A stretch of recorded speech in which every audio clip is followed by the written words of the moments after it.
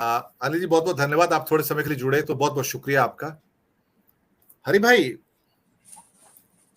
क्या जादू है ना, ये आदमी अपना हैट निकालता है, उसमें 2-3 रैबिट्स निकल आते हैं सर। कभी 1 रैबिट, कभी 2 रैबिट, कभी 3 रैबिट। वही जीएसटी जिसके ऊपर 1 लाख करोड़ इकट्ठा होता था, अब 1,60,000 करोड़ इकट्ठा होता है।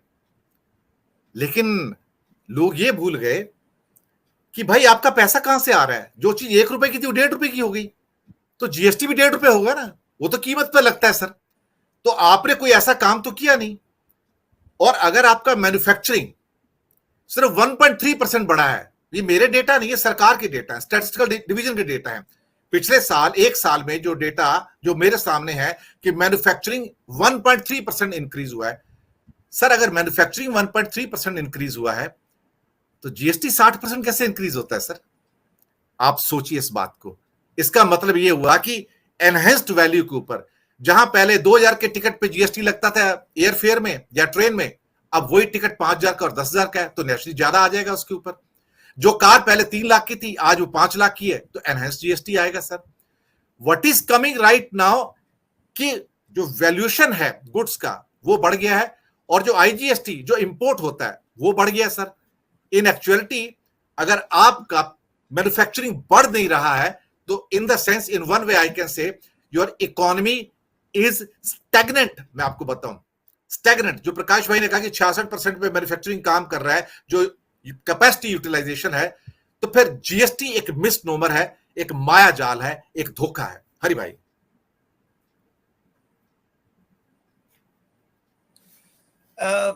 दिनेश जी, आपने तो चौंकाने वाले डाटा हमारे सामने रखे हैं। मैं एक स्पष्टता कर लूं, मैं कभी अर्थशास्त्र का विद्यार्थी रहा, डॉक्टर पीआर ब्रह्मानंद का, मगर डिकोड हो गया हूं क्योंकि राजनीतिक मसलों में फंसे ऐसे, यानी अपने एडिटर के नाते तो इकोनॉमी का ये अध्ययन उतना छूट ही गया, ऐसा कहूँ तो चलेगा। मगर आप लोग पता कैसे विद्वान हैं, बार जो आप लोग ऐसे सर, आप लोग ऐसे विद्वान है सारे, जो एक बार साइकिलिंग सीख ली तो जिंदगी भर सीख ली, फिर एक बार अगर आपने तैराकी सीख ली तो फिर कभी पानी में जाओगे तुरंत तैरना शुरू कर दोगे। तो आप लोग ऐसे पुराने चावल है, पुराने विद्वान है सर जी। सर मैं प्रकाश जी की बात से 100% सहमत हूं, और आपने जो चौंकाने वाले डाटा हमारे सामने प्रस्तुत करे वो उससे आगे मुझे कुछ बात करना है। यानी मैं भी चौंक गया हूं कि ये स्थिति अर्थतंत्र की है, और कैसे छिपाते हैं ये वास्तविकता को। ये भली बात ही जानते हैं, जादूगर हैं, उनके सामने तो हिंदू मुस्लिम है, ये खेल खेलते हैं और बस वही उनका ट्रम्प कार्ड है, इसलिए चल जाता है। दूसरी बात, जो महत्वपूर्ण बात मैं कहता हूं, आजकल न तो जेआरडी टाटा रहे हैं न राहुल बजाज रहे हैं। जो इनको कहे मुंह पर, जो सत्य है तथ्य है, वो इनको किसी की सुनने की पड़ी नहीं है। और दूसरी बात, चैम्बर ऑफ कॉमर्स जो है वो गुजरात के हों, मुंबई के हों, दिल्ली के हों, कलकत्ता के हों और देश के हों, ये चापलूसी में ऐसे फंसे हुए हैं कि इनको जो प्रिय लगता है, शासकों को जो प्रिय लगता है वही वो बोलते हैं। उनके ओर से कभी ऐसा था, मैं तो इंडियन मर्चेंट चैम्बर का काफी अध्ययन करता रहा हूं कई सालों तक, और मुझे मालूम था कि इंडियन मर्चेंट चैम्बर मुंबई से कोई प्रस्ताव भेजे, सुझाव भेजे, तो केंद्र सरकार उस पर गौर करती थी, और कभी कभी वो काफी कुछ उसमें अपनी नीतियों में बदल भी करते थे।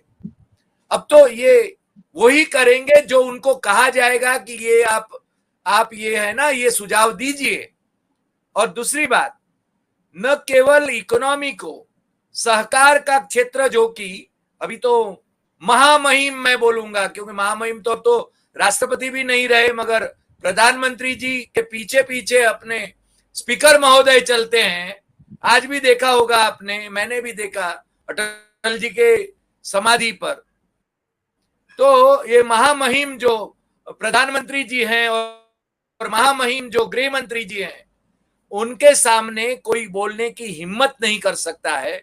उनको उतना ही पसंद है वही बोलो। ये मेरे ख्याल से अर्थतंत्र के जो अधिपति हैं उनकी ओर से भी है, उनमें भी कोई स्टफ रहा नहीं है। चापलूसों की जमात है।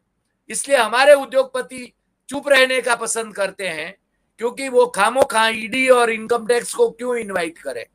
आजकल तो वही चल रहा है सर। सूरत में विपक्ष के यानी केजरीवाल का मीटिंग तय होता है, हॉल बुक होता है और उसको कैंसिल किया जाता है। ये भी आपने देखा होगा पिछले सालों में।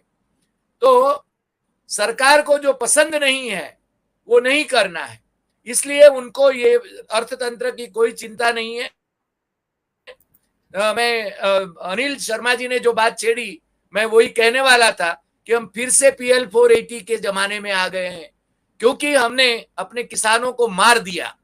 700 से ज्यादा किसानों की मौत हुई और वो उसका शाप हमें लग रहा है, पूरे देश को लग रहा है। और उसी वजह से मेरे ख्याल से आज हमें इंपोर्ट करना पड़ा। मेरे ख्याल से खेप आने वाली नहीं है, खेप ऑलरेडी आ चुकी है सर। मुझे मेरे व्यापारी मित्र कह रहे थे इसमें भी ऑन द वे या लैंड की होगी, और भी इंपोर्ट कर रहे हैं, और भी आ रहा है, फर्दर ऑर्डर भी है। हाँ यस, क्योंकि आज ही मेरे एक व्यापारी मित्र मुझसे बता रहे थे कि गेहूं इंपोर्ट कर रहे हैं। अब किस स्थिति में पहुंच गए हैं हम। कभी पंजाब तो सबको खिलाता था, अब उनके यानी जब किसान आंदोलन हुआ किस प्रकार से उसको डील किया गया। मेरे ख्याल से हर चीज में राजनीति लाना है इनको, और उनको चुनाव के सिवा और कुछ सोचता नहीं है। इसकी वजह है कि अपनी इकोनॉमी खड्डे में जा रही है। और आपने तो आज मुझे और चौंका दिया, 155 लाख करोड़ वाली बात थी, आज तो आप 170 लाख करोड़ पर आ गए। और हमारे गुजरात में तो मेरे ख्याल से हिमांशु भाई बताएंगे, जब आदरणीय मोदी जी मुख्यमंत्री बने उसके पहले कितना डेट था, और वो जब यहां से गए तब, और आज कितना डेट है। हिमांशु भाई के पास अधिकृत रूप से वो डाटा होगा, और मैं तो वो भी जानने के लिए लालायित हूं। दिनेश जी।